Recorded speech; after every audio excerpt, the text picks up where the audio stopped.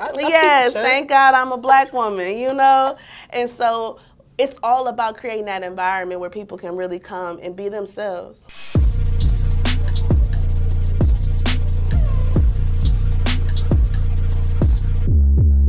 Hey, what's going down? Welcome to another episode of the Connections Hub podcast, where we connect you to everything business related. So I'm super excited for this episode, y'all.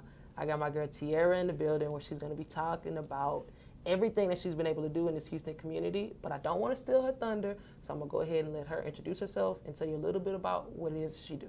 So you can take it over. Well, hello, everyone. I'm so happy that you have me today. My name is Tierra Smith. I'm the founder of Wins for Black Girls. Wins for Black Girls is a media company that prioritizes spreading good news about black women. My background is in journalism.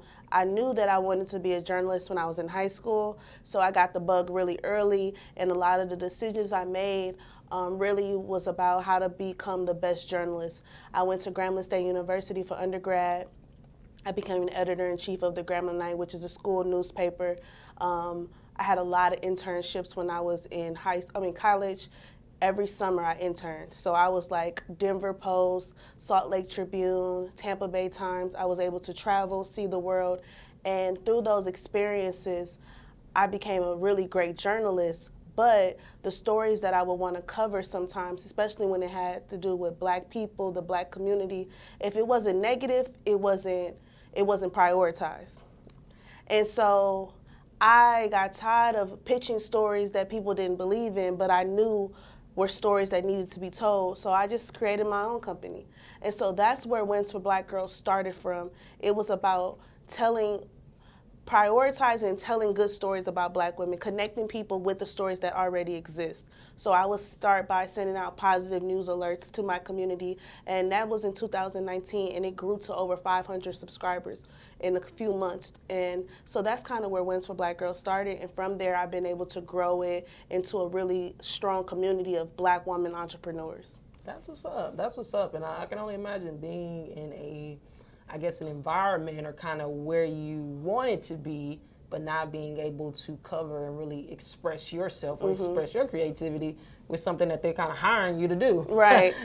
Yeah, it was very discouraging sometimes, because it was like you had these great ideas, but then you would pitch them and they're like, I don't think we should write about that. And I'm like, why not? Like, this is happening, this is going on. And so it really was about creating my own space to tell the stories that I wanted to tell the way that I wanted to tell them.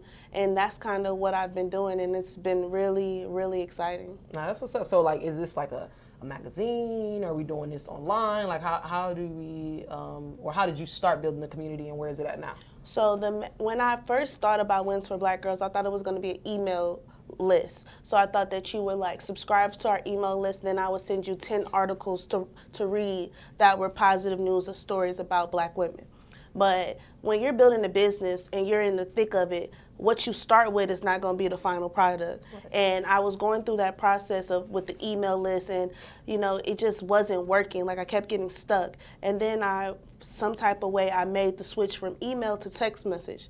And when I made that switch, that's when my whole company just opened up and blew up. And then I was like, okay, this makes sense. And the main thing that was the difference is email open rate can be anywhere from 0 to 10%. Right. But the open rate for text message is 99.9%. Like, people open a text message, even the ones they get from Fashion Nova. Right. And so making that switch to a platform that was really about direct communications with my audience really allowed me to listen and respond way quicker. So being able that I took it from text message, started sending messages to all these different people about black women winning in business, winning in entrepreneurship, winning in sports, winning in politics. That created this environment where people was like, hey, I'm winning too.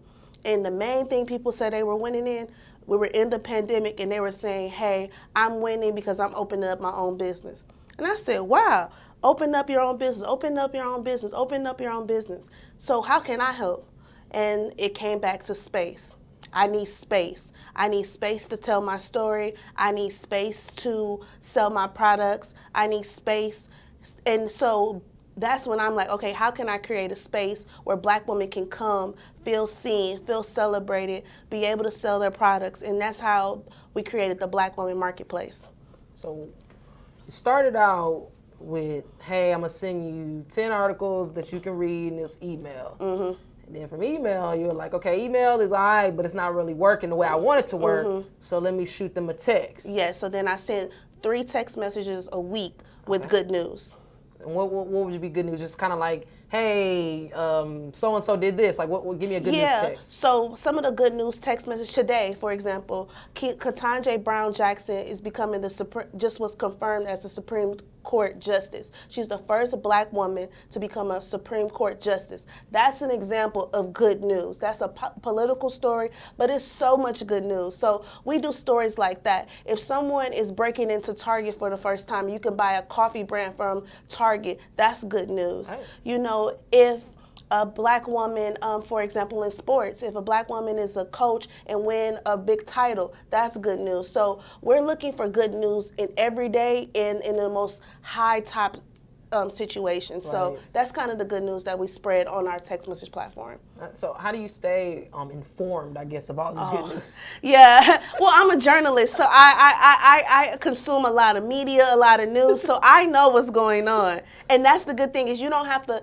I go through like 5 to 10 websites looking for good news, but if you subscribed, you don't have to do all of that. You could just subscribe and know that Tierra is going to send you an article that's going to uplift you. And that's another thing. When I was building the brand, I wanted like the text messages so when you got it, it gave you a boost of happiness. Right. Like, okay, I'm winning, another Black girl somewhere winning, and if I know that she's winning, I can win, and we're going to win together because so much of our purpose is tied together that if I do what I'm supposed to do and you do what you're supposed to do, then we can meet and cross at the right path that God has for us. No, and that's facts. That's facts. That's facts. That's what's up. So emails wasn't really working as well as we like, so we went to text messaging. Text messaging blew up, and that just got us into listening to our consumers more, understanding what they want, and then that brought us to now, hey, we need space, we need where people come out, see us, and buy our products and services, and now we're at the marketplace. Correct. So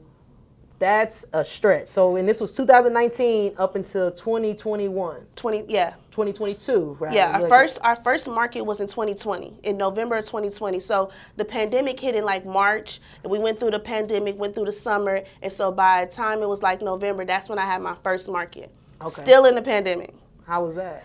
I mean, I don't remember like exactly what made me like, like boom, boom, boom, we gonna do it. But I got that kind of energy. Like if I write it down, it's gonna happen and we just gonna have to see how God gonna make it work.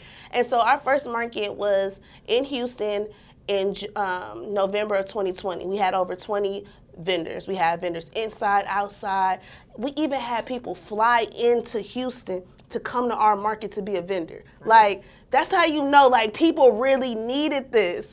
And so from then, we had 1 market in 2020. I had 4 markets in 2021, and I've already had 6 markets this year. Wow. And so, like, I'm doing my part to make sure that I can continue to create space because each market I only can have 20 vendors.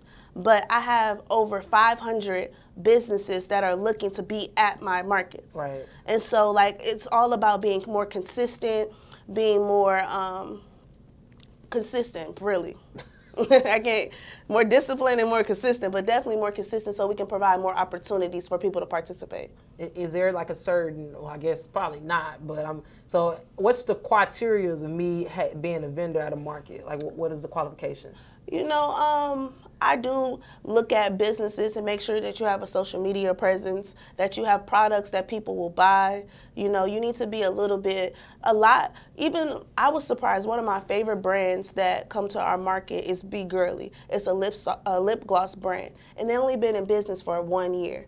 If you was to look at their social media, you could not tell that they've only been in business for 1 year. So it doesn't really matter how long you've been in business. It's like, are you doing the work? Are you passionate about your brand? Are you posting on social media? Are you generating interest in what you're doing, because we need all of us to work together in order to get the people out. I don't think it should just be me and my responsibility to make sure that people come to the market. I think it needs to be a collective effort of people bringing that energy around, because people will show up. They just don't know about us yet. And so it's really about putting that word out there, and that's being a market host, thinking about how can I market the best way to get people to show up. And so when it comes to marketing, I think that's like the second most important thing that we're really doing. We spend a lot of time in marketing our brand. And I'm not just one person who do social media marketing. I think that you have to do all types of marketing. I do street marketing. What you mean street marketing? Street marketing, I mean I get my flyers. Anytime I go anywhere, I have flyers, business cards, and I force myself to pass it out, take a second, and tell people about my business. Well, stop real quick. You force yourself. Yes. So speak on that a little bit. So I'm guessing if you have to force yourself, it's not that you don't want to do it, but it sounds like you're overcoming something. Right? Yeah, because like, who wants to like be at a coffee shop and then you see all the black people and be like, okay, I'm about to talk to all the black people in here and tell them about my business. Like that, to me, it's uncomfortable. You know, yeah. It's not easy, and everything about your business is not going to be the fun part. Right. You know what I'm saying? And sometimes you got to force yourself, okay, I'm going to talk to 5 people. It's only going to take 5 minutes and it's going to be all right. And I go do it. And when I don't have any more flyers in my hand, I feel accomplished because I did my part. And then it's such a blessing when I see those people show up at the market. Right. You know, like, hey, girl, I'm here. And then the thing is, like, when they get there, they have such a good time because black women and black women and black women, that magic, it do something to you. Like, you be feeling it and you like, okay, let me just spend all my money. And so I will let you know, if you come to the market, please bring your money because the girls are going to get you. They know how to sell. They know how to sell. They have really amazing products. I mean, we have clothing brands. We have handmade products, lotions, perfumes, jewelry. You know, I sell my products at the market as well, like my T-shirts. I see. Yes, thank God I'm a black woman, you know. And so it's all about creating that environment where people can really come and be themselves. No, that's what's up, but I can only imagine nothing but black women in the room. Mm-hmm. and you know, it's a safe space. Right. You know, it's not that no one else is invited. It's that I prioritize black women. I think the prioritization of black women is really what separates my brand from someone else's brand. It's not that I'm not inclusive, because we have black men that have that have been vendors at our markets, Hispanic women that have been vendors at our market, and they feel safe, they feel seen. But it's about, you know, the least among us should be the ones that we focus on, because if we focus on the ones that have the least, then we can bring everybody along. And that's really what I'm thinking about, prioritizing black women so we can create a space where everybody can feel welcomed. And you know, it's funny because what got you into, besides, of course, I know them not wanting to pick up your stories when you were doing the journalism with the different companies, but you focus a lot on just black women. Where does that stream come from? And it's a passion of yours, obviously. It's just me. Like, it's me, I'm me, and it's like I'm representing myself. And especially when it comes to like building a brand that I can be proud of, and a brand that I wanted to work for. You know, when I was coming up as a journalist, there was only so many black media companies. You know, there were so few, and I like to intern, I like to work, I like to do the work, but when there's only 4 media companies with 4 internships, even when I am one of the best student journalists at the time, you know, it's still not enough opportunities. Right. And so when I'm building Wins for Black Girls, I'm thinking about me. I'm thinking about my sister. I'm thinking about the community and generation of people that's going to come behind me that need something like this, you know, and I'm just replicating some things that I've seen out in the world. I've lived in a lot of places through internships and just traveling, and I've experienced a lot of places. And one thing I noticed is black people, we like our own space because we do things different. We party different, we move different, and everybody don't understand that sometimes. Right. And so it's not that we want to be secluded. It's just that some people just don't understand the way we celebrate, how we love, and it makes a noise. it brings off an energy. Yeah. And if you're not going to be in a space where you feel comfortable with that, then that might be a problem. So I try to make sure I'm partnering with people who believe in our mission. You know, when it comes to like MKT or elevated experiences or even new partnerships, I try to partner with people who are either Black women or people who believe that Black women should have their own space. People that believe Black women should have their own space. I could just hear the women right now. Turn her up. Yes. That's what's up. That's what's up. So, besides, of course, offering different opportunities to Black women as far as being vendors, what type of opportunities does Win for Black Girls offer? Maybe women like yourself that are journalists or the student journalists. Like, what do you got for them? You know, that is definitely something that I'm trying to get more involved with. When you're building a business, I think it's very important for you to write everything down, policies and procedures. Like, when it comes to my market, what is everything it takes for me to put on a market, and writing down the steps, writing down the steps of the steps, writing down the steps of the steps of the steps, you know, and then putting the timing on it. How far in advance do I need to book a space in order to really be on time? You know what I'm saying? And really putting all those things out. So when I have people, and I do have people who reach out to me like, hey, we want to participate, we want to be down, it's like I have to have that information written down, because it's hard to let somebody replicate something that you have not understood and written down. Right. And so I think I've been in a process of writing everything down, from our positive text message alerts to our markets, writing down all the steps that it takes for me to do it. And then I feel like the next step will be able to incorporate more students to do the process and to allow them to help. If that's selling at our vendor table, understanding what do I say to sell, and then writing that down so I can teach people. And right now I use a lot of the help that I get is from my family, my sister, my mom, my cousins. They pull up at most markets, every market, not most, all markets. My family is there and really helping me. And so I do want to be able to provide that opportunity when it comes to writing the news articles. We promote a lot of good news on social media as well. And so interns in the future will be able to create some of that content. And then the main thing is to continue to be able to make more original content. And so I want to be able to write more stories about Black women, so I can be able to give those articles and those press releases to places like the Houston Chronicle and places like that, so they can write these stories too, because it's all about the spotlight. What I'm just trying to do is like, there you go, write a story about her. There you go, write a story about her, because I see the stories. And if they're not going to take the time to write them, don't worry, I'll have the time to write them. Y'all just promote them. Right. You should come out with like a magazine or book, or publication or something. Yeah, like an online place where I can go and I can always check it and see Win for Black Girls. I'm pretty sure you've seen the pages doing that. Yeah, right? and that's kind of where we're going at. But I think like when you're building a company, your favorite part is not going to be the part that make money. Thanks. You get what I'm saying? And when I was doing text messages, I love sending out text messages, but it made no money.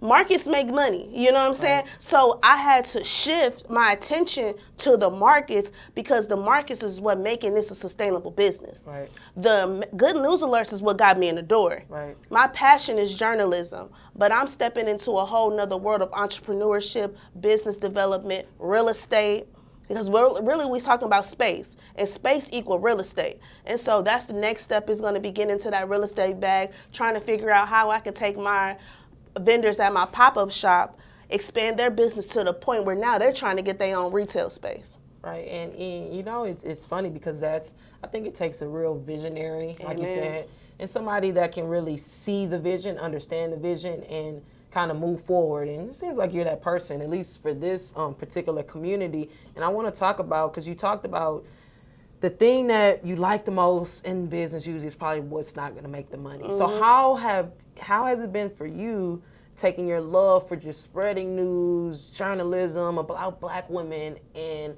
now saying, hey, I really got to make some money from this? Like, how is that mind, like, how does it switch? Just, of course, besides the fact that it's like, hey, our bank accounts are empty. Like, what else are you doing? I mean, I think that you got to be able to start with that MVP product.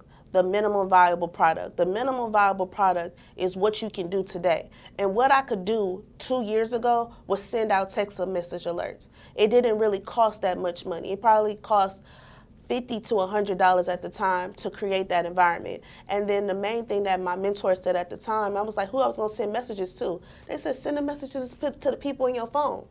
That's your community. Yeah. And I started there. And from there, with about 50 people, it grew to over 500 people. And so I think you have to give God what you have. And that's what I did. I gave him my time at the time. I gave him my ideas at the time. And he was like, if you give me that to work with, I can expand it to a marketplace where people will show up. And so it happened naturally. Like, I don't remember where I was like, I'm going to do a market. It just happened naturally just by listening and responding. And so I think whatever you're doing, you need to build community and then understand, like, what do your community need, and then respond to that. Right. And what are some things should someone look for early on when it comes to building community? What are some things I should be doing? When you're looking to build community, you want to be authentic. You know, you don't want to be doing, you can look at to see what other people are doing, but then you have to specialize it to you. For example, during the pandemic, everyone was going live. Yeah. And I was like, okay, I want to go live, but how can I go live and be different? So I launched the Virtual Black Girl Showcase. And the Virtual Black Girl Showcase was a monthly show where I would have DJs, rappers, singers come on our Instagram Live and perform. And it was such a great time during the pandemic because it wasn't like we were just talking. We were entertained. We were informed. We were meeting girls that we never even knew before. And like, that was building community, right. You know? That was creating a space for people to be spotlighted, to be celebrated. And so you really just have to figure out what are your values, and then from your values, you can be able to figure out, okay, how can I build this community? How can I be a resource? How can I be an advocate for other people? And by doing that, it naturally happened. The community, the people who like what I'm doing gravitated to me. No, and it's funny you say that because I think that plays a big factor when it comes to that community and just finding that safe place, because that's what everybody's looking for. Everybody's looking for a place that they can go be themselves and they can meet other people that are like-minded and share the same vision, share exactly where they're going. So is there any plans for the marketplace to maybe move cities, or are we only focused on Houston? Well, that's a great question. So this summer, I plan to go to multiple cities to take the tour. We're going on a market tour. I'm originally from Milwaukee, Wisconsin, so I want to go to Milwaukee and have markets, Chicago, Atlanta, or Orlando, Atlanta, Dallas, San Antonio. Like, the market this summer is going to be crazy. Like, I can't wait to replicate what I've been doing in multiple cities because it's so needed. So many black women are creating by far faster than anybody else. White men, black men, white women, Hispanic women, black women are creating businesses. And so in order for these businesses to be sustainable, we must support them. So when you see a pop-up shop, if it's the Black Woman Marketplace in your city or another market, show up. You know, it's so easy to change our habits if we just be intentional about it. You know, I think you have to really be intentional about buying black. What you mean, like, be intentional about buying black? That means, like, for example, I saw someone on social media recently. She was looking to buy a car, and she did research to find a black woman who was a car dealership. I think I've seen that post. Yeah, that's intentional. You know, you just don't assume that when you walk in there will be black people there. Right. You seek out the black people before you even decide to make your purchase. And so the marketplace is an environment where you know that, okay, I can come here and I know everybody gonna be black and the money's going back to our community. And that's the thing, we need to keep the money within our community. And I love spending my money with black people because it's like I'm buying from myself. If I buy something from you, I can know that somebody else gonna come buy from me. Right. And so we can keep the money in our own community, especially when it comes to clothing, when it comes to like products that you can buy at your home. You know, black people in particular, we're making something in everything. Whatever you're looking for, black person, black business, and then put that in there in the Google search, and you can find black-owned businesses in your neighborhood. It's not just restaurants, it's car dealerships, it's shoe companies, household products, furniture, painting. Anything that you can buy from black people would be better than just buying it from anybody. And you know, and that's one of my next questions was how do we find them? But you can't find them on Google. It's helping my clients with Google My Business, I've noticed that that's one of like the like you can click on it and say Black owned business. Yeah. So now it's an attachment that you can have follow your Google My Business. So yeah, if you put in Black owned car dealership, it will pull up. If they have on their Google My Business that they're Black owned, it will definitely show that they're a Black owned business. And what's also interesting is there's a lot of Black entrepreneurs that is focusing on letting other Black people know about the Black owned businesses in their community. Hold up, break that down a little bit. There's a lot of Black owned, like, I'm a marketplace, so I'm creating a community where you can know about Black owned businesses, but there's businesses like mine in every city. In Houston, we have the Black Book Houston, which is basically a directory of Black owned businesses. And so, like, you can find that if you live in a major city, you can probably find that. The smaller cities, it might be a little bit harder, but you can utilize social media. There's so many Facebook groups where you can put in your city and put Black-owned businesses, and it will find you a group full of Black-owned brands, from your hair to all types of stuff, your nail salon. So really, what I would suggest, look at your spending habits. What are you spending your money on? And then see, okay, can I switch from going to Walmart or Amazon to buy this product and buy directly from Black people, Black women in particular? Black women gonna love this. Yeah. I love this episode. Black women in particular, they gonna, yes, man, yeah, getting loud. I can hear it already, but no. That's good. And you know, it's funny because I think a lot of times, and I've even been like this, where it's like, it's just more convenient sometimes. Like you mentioned Amazon, I feel like a dagger went in me, like, oh man, Amazon, that is a guilty pleasure. But convenience is not intentional. Ooh. You know what I'm saying? Like that's come wrong. Yeah, that's not the same. But we need to be intentional. You know, you need to really think about how you're spending your money and how your money is really a weapon or a resource. And that's good. And you know, I gotta ask because I'm just gonna ask, how do you feel, or what are your reactions to, of course, the stigma when it comes to buying Black sometimes? Because I'm gonna call my people out on this one sometimes, because I feel like I had that stigma. We all had a stigma with our business when you dealing with somebody else that's Black and they Black, and you're selling the product. They, oh man, come on, look out, oh man. Give me a discount, or them feeling like it's supposed to be some type of discount associated because we are the same color. What's like, how can someone that's a seller overcome something like that? Yeah, I mean, everybody wants a discount. I want a discount, you know? But still, man, you know how it is when you're in situations. Come on, what's up? Look out, you know. They start pulling that card. But I think we need to learn how to use better words when it comes to how we build relationships with each other, right? So, for example, I've had relationships where I've used my friends as businesses and I ask for discounts. But there's a difference from asking for a discount and having like a brand relationship or a sponsorship or what's the other word? Not a discount. Like affiliate, like almost? Or negotiations. That's good. Yeah, you can ask for a discount or you can negotiate the price. And I think there's a different way you handling a situation when you're negotiating, because you can put stuff on the table that's not money. You feel what I'm saying? And I think that we could do a better job with communicating what you actually need and what you actually want versus how we can pay for it. Because the problem is, there is a capital problem in Black-owned businesses. People have a problem. There is an issue with not having access to money. Yeah. That's a real thing. But I don't think that should stop you from doing what you want to do as a business owner and from the customer side. You know what I'm saying? So as a business owner that's working with another business owner and you feel like that person is coming to you for a discount, there may be a way to partner and to work together where the numbers make sense.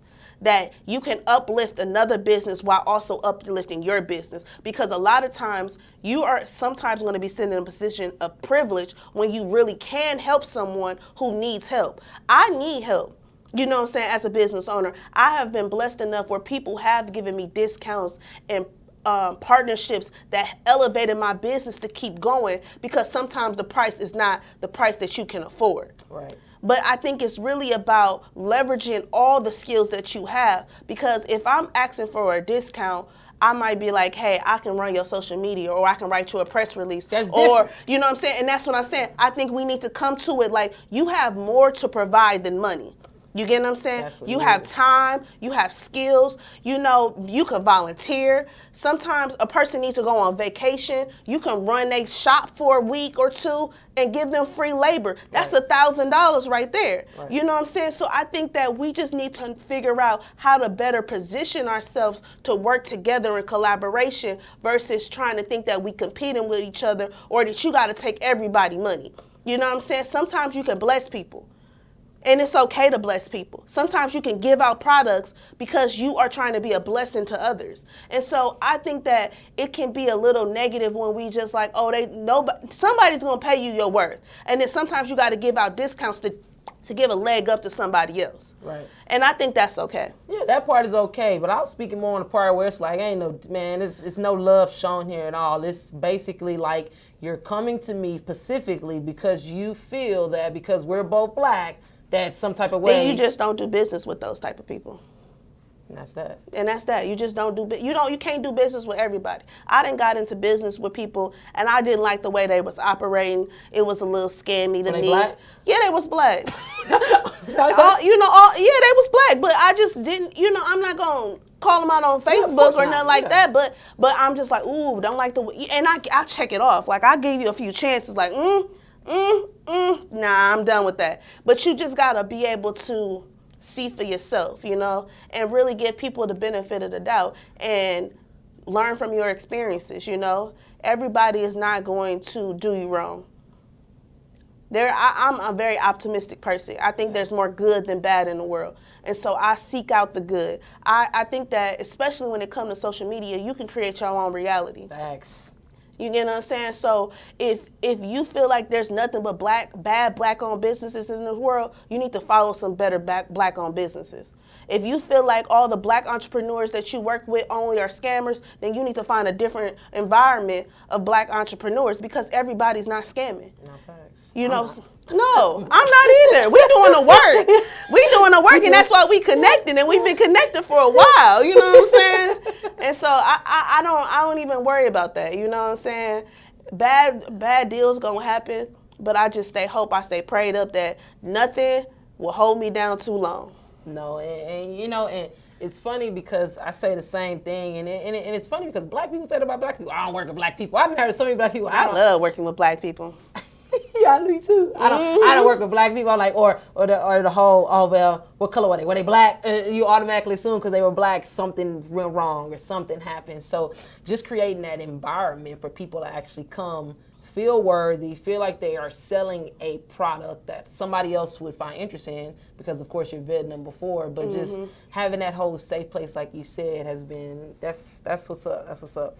So before we bring this plan into a closing, I really want to know, when it comes to building this massive community that you're consistently building and now taking from city to city, what type of tools have you put into place to keep this community going on a consistent basis when you don't have a market? Yeah, and that's why I'm glad we got back to that, because earlier we were talking about, I believe in all type of marketing. We started with street marketing. That's by sending out your flyers. Social media markets, I pay for ads on Instagram and on Facebook that's catered to the people that I'm specifically looking for. As a business owner, you need to really understand who your target audience is. Yep. I used to run from target audience like I used to run away from finances. Like, I wanna sell to everybody. You don't sell to everybody. You sell to a specific type of person, and you need to figure out who that avatar is and where do they go. Right. And so I spend a lot of times promoting on social media. I think that when it comes to social media, video content is key.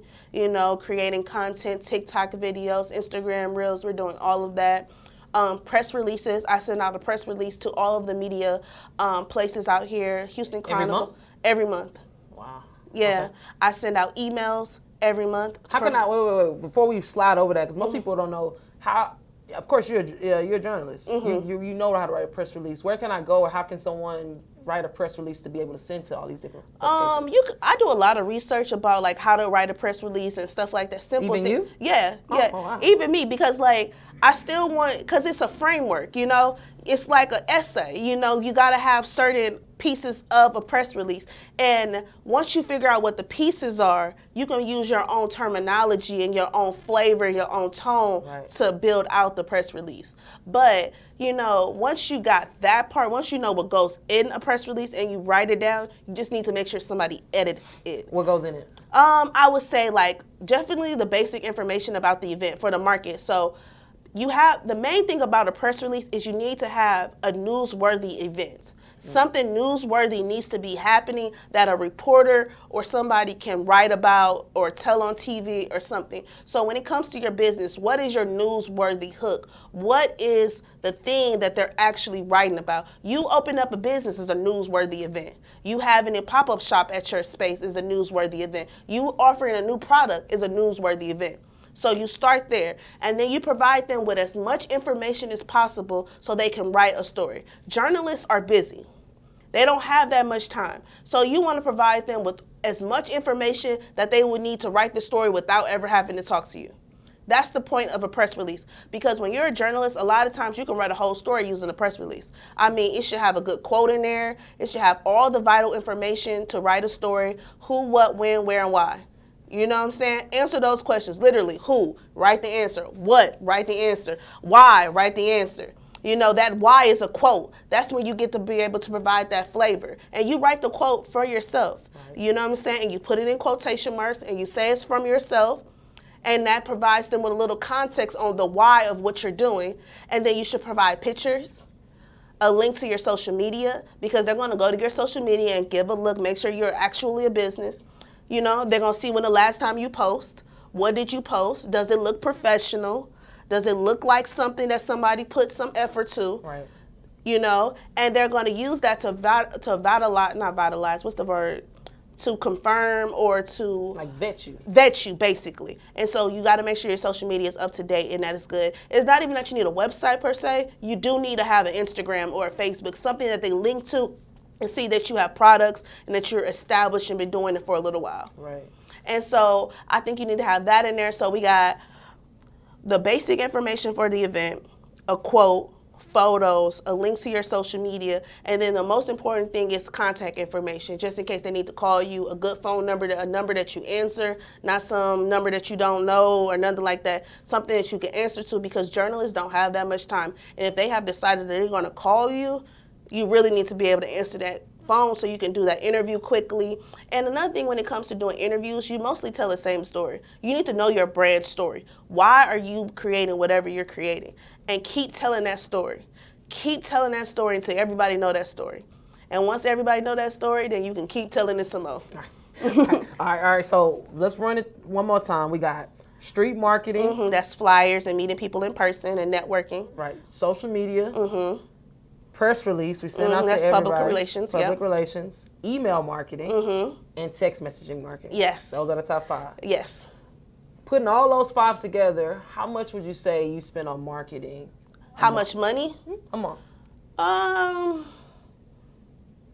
it would be a roundabout. Yeah, I probably would spend between $200 to $500 on marketing per month.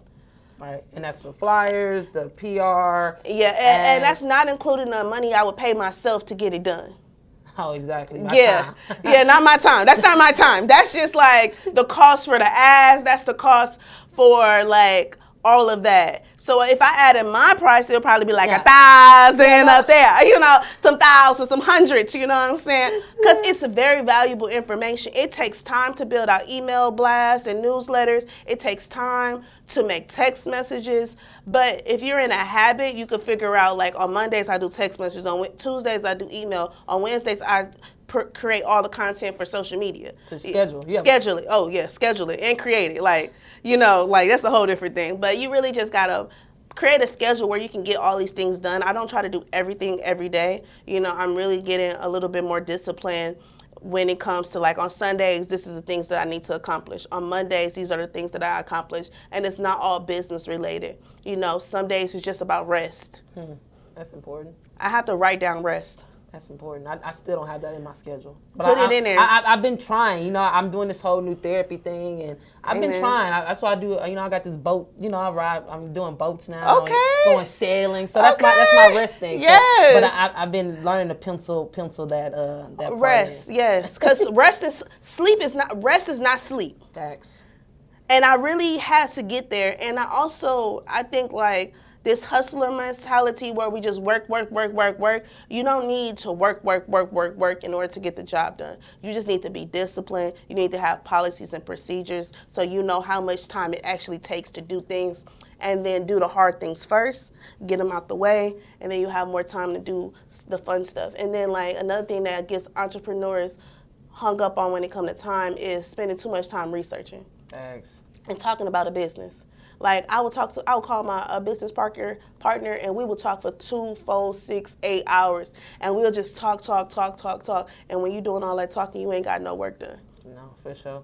I counseled a meeting the other day with Victoria. She's my director of communications. She's worked with me for years. I started to counsel the meetings with her. Like, okay, well, we'll do a quick 15-minute call. This is what we need to do. This is what you're done. We don't need to talk about it. Just do it, and then we'll talk about it on the next meeting once it's done. It's easier to edit and do things when we have an actual outline of what we're trying to do. We're creating like the procedure for the new social media manager. And I'm like, oh, we don't got to talk about it. Let's give me a clean sheet of every step, and then after we got every step on paper, we can talk about it once we review it. We don't got to do it together. So just learning that. Do you have a team? You mentioned a business partner. Amen. I have a team. It's mostly my family and my business partner. My business partner is Jasmine Kendrick. That's my best friend since kindergarten. And so, like, you know, when you mixing business with friendship, it could be a lot, but like that's my girl and I love her. And you know, creating boundaries and space for both of us to live our life, but also to build this business. And she has her own businesses that she's building as well, and to be able to be a supporter and an advocate and a worker for her as well. It's funny because I didn't know you had a business partner, so she must be more of like she's okay being behind the scenes and I think that's important too when you're working with people and growing this team and having somebody that's they're okay with knowing their role. Because you know sometimes you can be the front and center, and some people can start to feel some type of way or start to be this thing, but everybody knowing their role. I mean, because there's things that I'm talented in, and there's ways that my gifts work out in ways that is unlike other people. Exactly. And she has the ability to, like, if I draw a picture of what I want something to look like, she will make it happen. Wow. And so, like, she's the color behind the words. Like, I'm all words. I can get you to get the things done and understood, but like she is so creative, and like she helps me, and like sometimes I try to do too much and she'd be like, well, maybe we should just do half of that. And then sometimes she'd be like, you ain't doing enough. And so it's real good to have somebody like her. Nah, definitely. Most times, a lot of creative people like to be behind the scenes. It's funny you say that. Everybody I work with social media managers, they be lit. I'm like, let me see your social. They don't got nothing. I be like, what is this? Like, where? And this whole new generation, like this Generation Z, they don't even have pictures on their Instagram. I'm like, what? Where's the pictures at? Like, you supposed to save them. Like, I have pictures from my first Instagram photo. Like, they like, we look crazy in those photos, and I'm like, we all look crazy. What do you mean? No, they got like 6 pictures max. Max, I got like 3,000 pictures, 5,000 followers, 5,000 follower friends, for people I'm following. Like, they like, nah, none of that. You need to see the journey. Yes. Well, no, but let us know, where can we find you on social media, but also how can we get attached to this text messaging list and get some wins about Black girls? Okay, so my personal Instagram is by Tierra Smith, because I'm a journalist. So BYTIERRA Smith, traditional spelling. That's on Instagram and that's on Twitter and most places you can find me on by Tierra Smith. And then for Wins for Black Girls, it's wins like winners. So WINS for Black Girls on Instagram, Facebook, and most platforms as well. And then if you want to become a vendor for our markets, like I said, we're going to multiple cities this summer. So most likely we're going to be in your city or a city close to you. You can text vendors. That's vendors, VENDORS, vendors, to 414-240-6004. So it's also in our Instagram bio if you can't catch that, but if you just text vendors to the phone number. And so anybody that wants to keep up with information about our markets and about our events and about our brand, you can text hey or anything to that phone number and be like, I want more information. Anything you text just to stay up to what we're doing, text anything. But if you want to be a vendor, please text vendor, because then it gives you like a form that you should fill out and all of that stuff. But just text us. Text me, girl. Definitely. Well, this has been fun. Thank you for being a guest, and thank God I'm a black woman. Yes, thank God I'm a black woman. All right, y'all, that's going to be it from us. Catch y'all in the next episode. Bye.